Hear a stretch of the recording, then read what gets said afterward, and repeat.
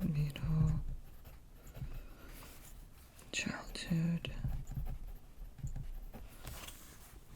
and social and emotional development.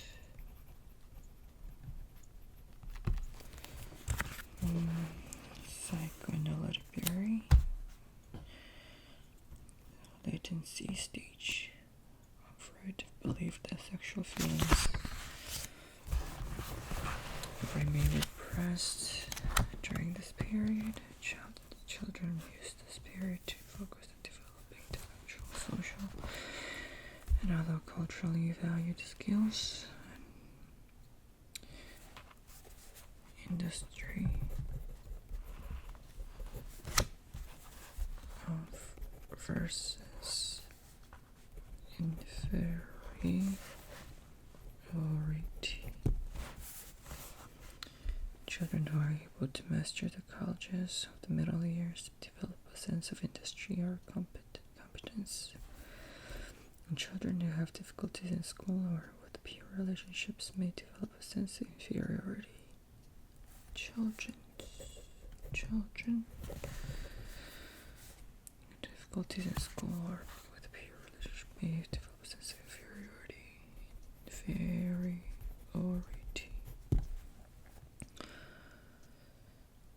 Social cognitive theory.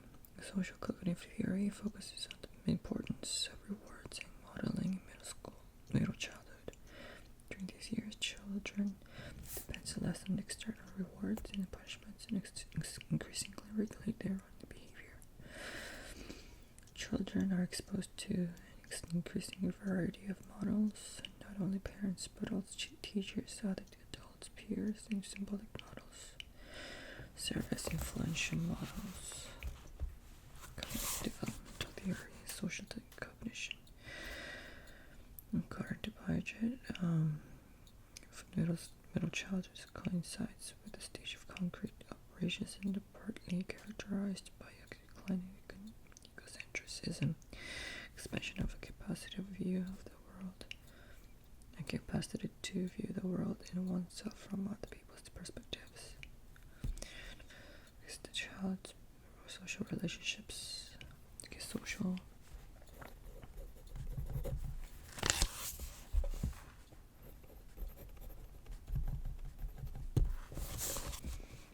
cognition refers to perception of a social world. Perception of social world. And our concern is development of child's perspective taking skills. Selman and his colleagues studied the development of these skills by representing children with a social dilemma, such as the following. Holly is an 8-year-old girl who likes to climb trees. She is the best tree climber in the neighborhood. One day while climbing down from a tall tree, she falls off the bottom branch, but does not hurt herself. Her father sees her fall. He is upset and asks her to promise not to climb trees anymore. Holly promises. Later that day, Holly and her friends meet Sean. Sean's kitten is caught up in a tree and can't get down. Something has to be done right away, or the kitten may fall. Holly is the one who climbs tree. To reach the kitten and get it down, but she remembers a promise to her father. The children then were asked questions such as, how will Holly's father feel if he finds out she climbed the tree? Based on the children's response, Selman, 1976, described 5 levels of perspective-taking skills in childhood. Children with better perspective-taking skills tend to have better peer relationships. Children with better perspective-taking skills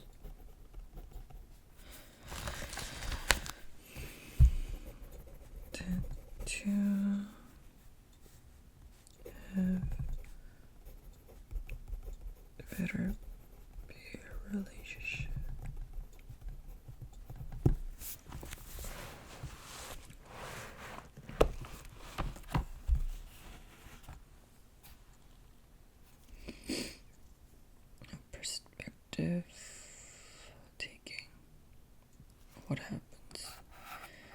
Children are egocentric and do not realize that. Okay. From 0 to 6, children are egocentric and do not realize that other people have perspectives different from their own.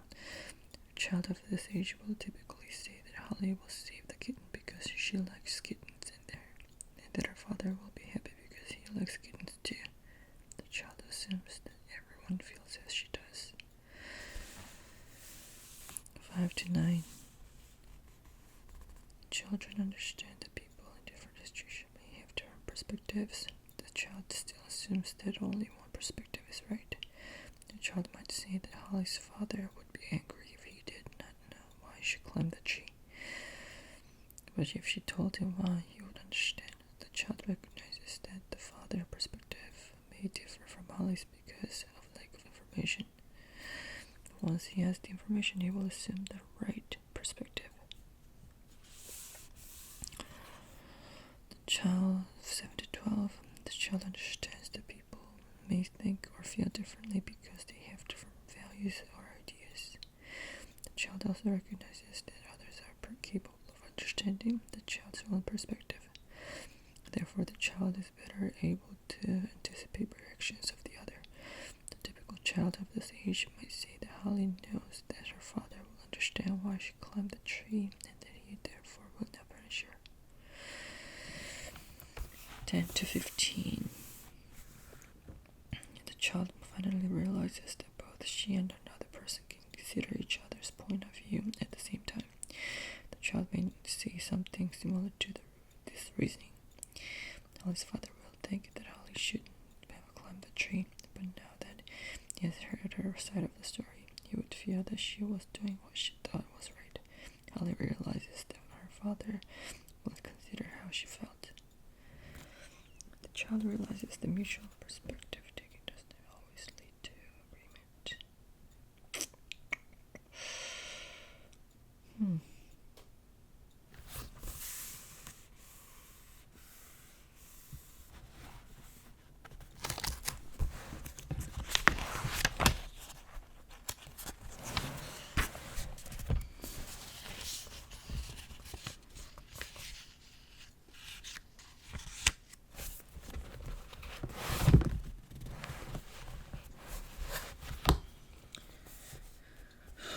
Self-esteem.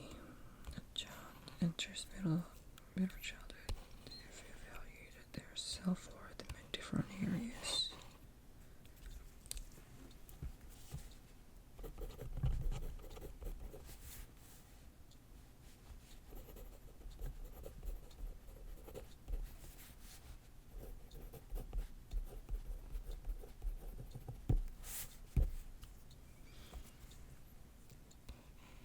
See themselves as generally good. Preschoolers tend to see themselves generally good at doing things or not, but by 5 to 7 years old age, children are able to judge their performance in 7 different areas: physical ability, physical appearance, peer relationships, parent relationships, reading, math, and general school performance. They also report a general self-concept. Children's self-esteem decline throughout middle childhood, reaching a low ebb at 12 or 13.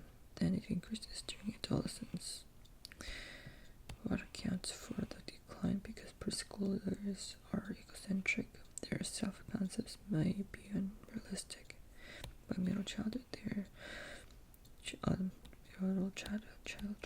children can compare themselves with other children and arrive at a more honest and critical self-appraisal. Girls tend to have more positive self-concepts regarding reading, general academics, and helping others than boys. Boys tend to have more positive self-concepts in math, physical ability, and physical appearance. Authoritative parenting apparently contributes to children's self-esteem. Children with a favorable self-image tend to have parents who are restrictive, involved, and loving. Children with low self-esteem are more likely to have an authoritarian or rejecting, neglecting parents.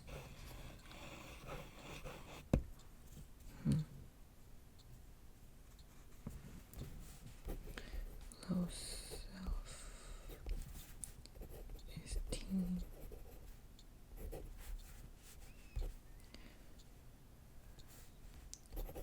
authoritarian, or rejecting, neglecting parents.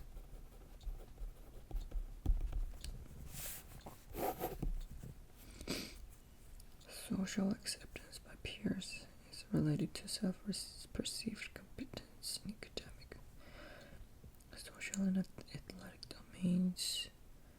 Parents and classmates have an equally strong effect on children's self-esteem and friends and teachers have relatively less influence, but also matter.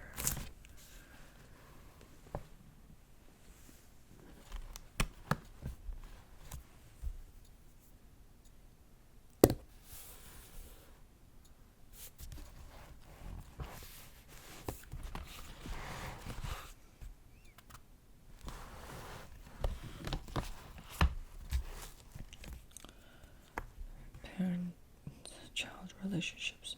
Parent-child interactions focus on some new concerns during middle childhood. They include school-related matters, assignment of chores, and peer activities. Parents do less monitoring of children's activity and provide less direct feedback than they did in the preschool years. Control is gradually transferred from parent to child in a process known as co-regulation. Children begin to internalize the standards of their parents. Children and parents spend less time together in middle childhood than in preschool years. Children spend more time with their mother than with their father.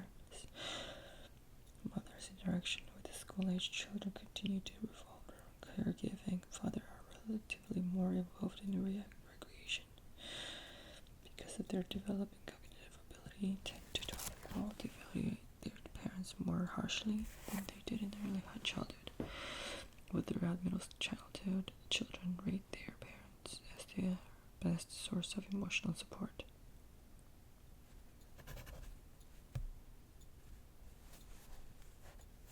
Children rate their parents as their best source of emotional support.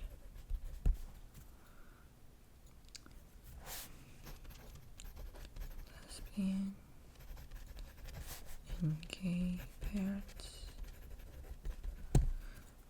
Where did you get that beautiful necklace? I asked a little girl in the pediatrician's office. From my mom's, she answered. It turned out that her family consisted of two women, each of whom had a biological child, one girl and one boy. Research on lesbian and gay parenting has fallen into two general categories: the general adjustment of children, and whether the children of lesbian and gay parents are more likely than other children to be lesbian or gay themselves.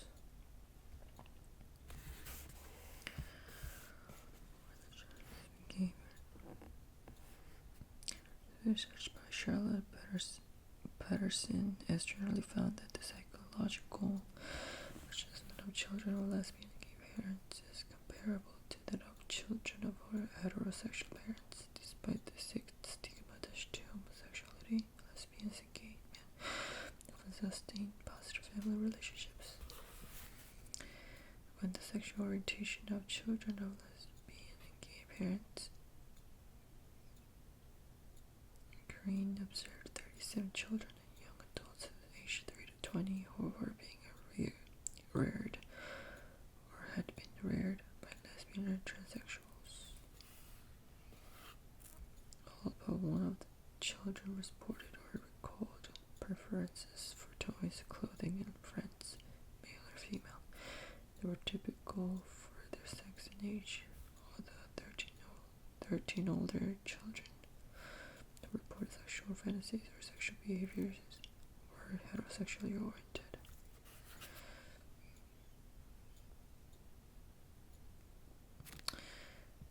Generation X or Generation X. What happens to children whose parents get divorced? Is this the type of Generation X, a generation characterized by ex-wives and ex-husbands? More than 1 million American children each year